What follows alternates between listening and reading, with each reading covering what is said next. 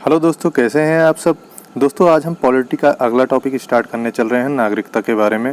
तो इससे पहले दोस्तों हम आपसे बात कर चुके थे राज्य एवं संघ राज्य क्षेत्र के बारे में। हम दोस्तों आपसे बात कर चुके थे। तो चलिए यहाँ से नागरिकता से हम स्टार्ट करते हैं। ठीक है दोस्तों, तो नागरिकता कौन से भाग में है ये दोस्तों सबसे पहले आपको जानना ज़रूरी है। नागरिकता संविधान के भाग 2 में जो है इसको बताया गया है। नागरिकता को संविधान के भाग 2 में बताया गया है। और दोस्तों ये जो क्वेश्चन हम आपको बता रहे हैं ये सारा का सारा यूपीएसआई में भी आ सकता है, और आप किसी भी कॉम्पिटिटिव एग्ज़ाम का तैयारी कर रहे हैं तो उसमें भी आ सकता है। जैसे कि आप देख सकते हैं पहला ही क्वेश्चन यहाँ पे है, भारत के संविधान के किस भाग में हम नागरिकता से संबंधित प्रावधानों को पाते हैं। तो यहाँ पर दोस्तों इसका ऑप्शन नंबर 2 सही हो जाएगा, बी। ये संविधान के भाग 2 में इसका वर्णन किया गया है नागरिकता के प्रावधानों का। तो जैसा कि हमने आपको बताया था ये सभी कॉम्पिटिटिव एग्ज़ामों में आ सकता है और ये बहुत ही इम्पोर्टेंट है। तो यहाँ पर ये देख सकते हैं यूपीपीसीएस 2018 में ये क्वेश्चन आया हुआ है। तो कहने का मतलब दोस्तों ये है कि ये आप अगर यूपीएसआई की भी तैयारी कर रहे हैं तो यूपीएसआई के लिए भी ये रिलेवेंट है। तो इसका आंसर कौन सा हो जाएगा दोस्तों, इसका आंसर आपका ऑप्शन नंबर 2 सही हो जाएगा, बी। भाग 2 में इसका जो है वर्णन किया गया है। तो अगला क्वेश्चन है, नागरिकता से संबंधित प्रावधान संविधान के किस भाग में है। तो यही क्वेश्चन है ऊपर वाला। तो इसमें भी आपका ऑप्शन नंबर 3 सही हो जाएगा, भाग 2 में ही वर्णन किया गया है। ये क्वेश्चन दोस्तों किसी भी मतलब कई प्रकार से इसका आपको देखने का मिल सकता है फॉर्मेट। तो आप उससे घबराइए मत, क्योंकि सारे का सारा क्वेश्चन वही है। अगर आप पढ़े हुए हैं तो क्वेश्चन करने में आपको किसी भी प्रकार का कोई भी दिक्कत नहीं होने वाला है। क्वेश्चन नंबर 3 है, भारतीय संविधान के कौन से अनुच्छेद नागरिकता से संबंधित है। कौन सा अनुच्छेद इसमें पूछा है, नागरिकता से संबंधित है। दोस्तों 5 से 11 तक जो है नागरिकता के बारे में बताया गया है। ये भाग 2 में बताया गया है और ये 5 से 11 के अनुच्छेद के बीच में इसको बताया गया है। तो यहाँ पर आपका ऑप्शन नंबर सी सही हो जाएगा। यहाँ पर नागरिकता से संबंधित अगर अनुच्छेद पूछे तो ये 5 से लेकर 11 तक के बीच में इसका वर्णन किया गया है। और देख सकते हैं दोस्तों ये यूपीपीसीएस प्री में आया है, 2020 में आया हुआ ये क्वेश्चन है। अगला क्वेश्चन है, भारतीय संविधान निम्न में से कौन सी नागरिकता प्रदान करता है। दोस्तों भारतीय संविधान निम्न में से कौन सी नागरिकता प्रदान करता है। तो यहाँ पर दोस्तों एकल नागरिकता ये जो है प्रदान करता है। भारत के संविधान में एकल नागरिकता का प्रावधान है। अगर हम वही बात करें संयुक्त राष्ट्र संघ की, ये संयुक्त राष्ट्र संघ दोस्तों यहाँ पर दोहरी नागरिकता का प्रावधान है, राज्य और संघ, ठीक है, वहाँ पर दोहरी नागरिकता का प्रावधान है। लेकिन अगर हम भारत की बात करें, भारत में एकल नागरिकता का प्रावधान है। तो क्वेश्चन नंबर 5 है, भारत में नागरिकता की निम्नलिखित विशेषताओं में से कौन सी विशेषता सही है। निम्नलिखित विशेषताओं में से कौन सी विशेषता सही है एकल नागरिकता की। ठीक है, यहाँ पर एकल नागरिकता की विशेषता हो जाएगी, ये विशेषता यहाँ पर सही हो जाएगी, क्योंकि भारत में दोहरी नागरिकता का कोई प्रावधान नहीं है और ये यूपीपीसीएस 2015 में आया हुआ क्वेश्चन है।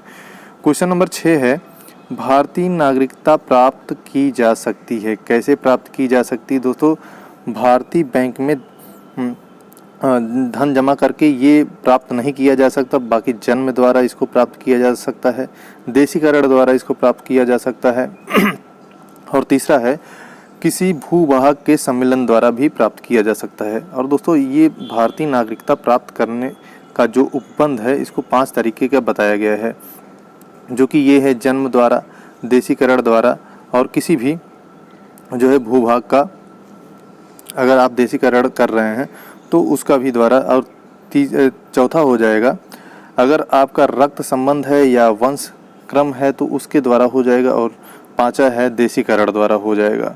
ठीक है, ये आपका नागरिकता प्राप्त करने का एक प्रावधान है, प्रोसीजर है।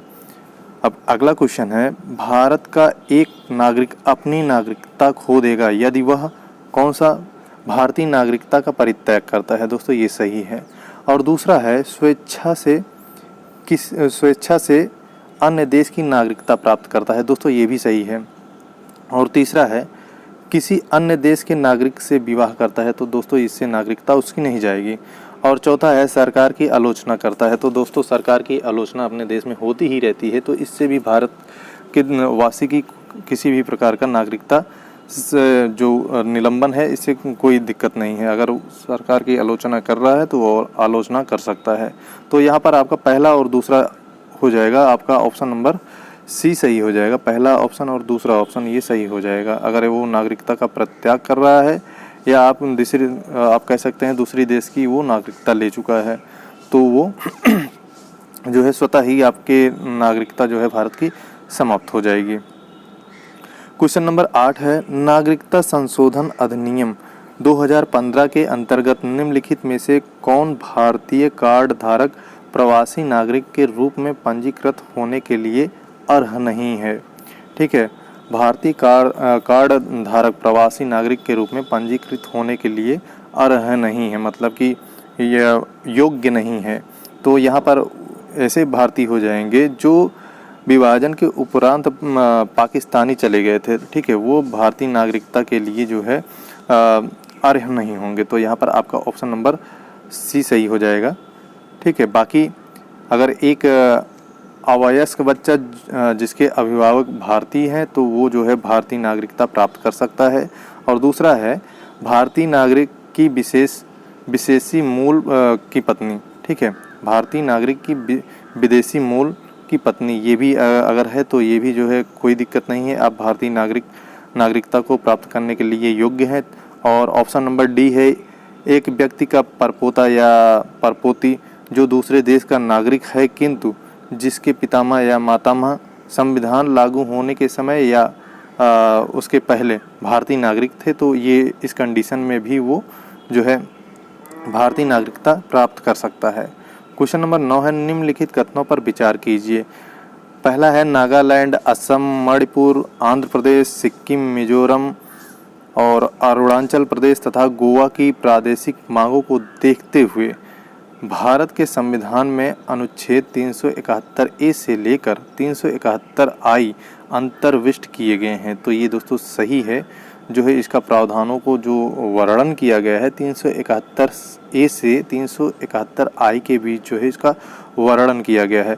और दूसरा दोस्तों है, भारत तथा संयुक्त राष्ट्र अमेरिका के संविधानों में 2 राजतंत्र संघ और राज्य हैं, ठीक है, किंतु नागरिकता एकहरी है। दोस्तों यहाँ पर ये ऑप्शन फिर गलत हो जाएगा क्योंकि अमेरिका में एकहरी नागरिकता नहीं है, दोहरी नागरिकता है, ठीक है। तीसरा है, कोई व्यक्ति जो देशीकरण द्वारा भारत का नागरिक है कभी भी अपनी नागरिकता से वंचित नहीं किया जा सकता। तीसरा भी दोस्तों गलत है, ये भी जो है वंचित किया जा सकता है, ठीक है। ये वंचित कैसे किया जा सकता है? ये नागरिकता अधिनियम 1955 की धारा 10 के अनुसार जो है इसको नागरिकता से वंचित किया जा सकता है, ठीक है। तो इस हिसाब से पहला सही हो जाएगा, बाकी 2 आपके गलत हो जाएंगे। क्वेश्चन नंबर 10 है, किस देश में दोहरी नागरिकता का प्रावधान है? यहाँ पर आपका ऑप्शन नंबर डी सही हो जाएगा। संयुक्त राष्ट्र अमेरिका में दोहरी नागरिकता का प्रावधान है। तो यहाँ पर अभी हम बात बताए थे आपसे, संयुक्त राष्ट्र अमेरिका में दोहरी नागरिकता का प्रावधान है। क्वेश्चन नंबर 11 है, निम्न में से कौन नागरिकता के अर्जन हेतु शर्तों को नियम करने के लिए सक्षम है?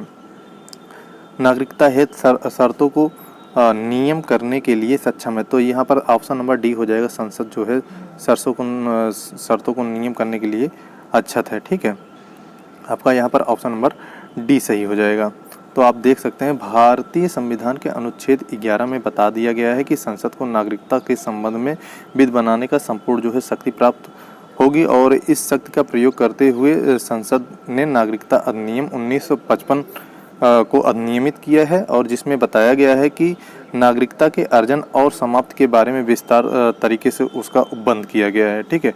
और ये भी बताया गया है नागरिकता अधिनियम 1955 की धारा 5(1)(a) के तहत पंजीकरण द्वारा भारतीय नागरिकता प्राप्त करने के लिए भारतीय मूल व्यक्ति को भारत में 7 वर्ष बिताने होंगे। तो ये भी सही हो जाएगा। क्वेश्चन नंबर 12 है, नागरिकता अधिनियम 1955 के अंतर्गत पंजीकरण द्वारा भारतीय नागरिकता प्राप्त करने के लिए भारतीय मूल के व्यक्ति को भारत में कितने वर्ष बिताने होंगे? तो यहाँ पर आपका ऑप्शन नंबर सी सही हो जाएगा। 7 वर्ष। अभी हम आपको ऊपर जो है डिटेल में ये पढ़े थे कि 7 वर्ष तक अगर वो पंजीकरण कराया तो 7 वर्ष उसको मिनिमम बिताने होंगे। क्वेश्चन नंबर 13 है, निम्नलिखित में से भारत में नागरिकता निर्धारण का विशिष्ट अधिकार किसे प्राप्त है? भारत में नागरिकता निर्धारण का विशिष्ट अधिकार दोस्तों संसद को प्राप्त है। और यहाँ पर 5 ऑप्शन दिए हैं, 5 के पाँचों ऑप्शन में संसद का कोई भी उल्लेख नहीं हुआ है, तो ये क्वेश्चन आपका गलत हो जाएगा। ठीक है, क्वेश्चन नंबर 14 है, नागरिकता संशोधन यानी कि विधेयक 2019 संसद से कब पारित किया गया? ठीक है, नागरिकता संशोधन 2019 संसद से कब पारित किया गया दोस्तों? ये 11 दिसंबर 2019 को ये पारित कर दिया गया था।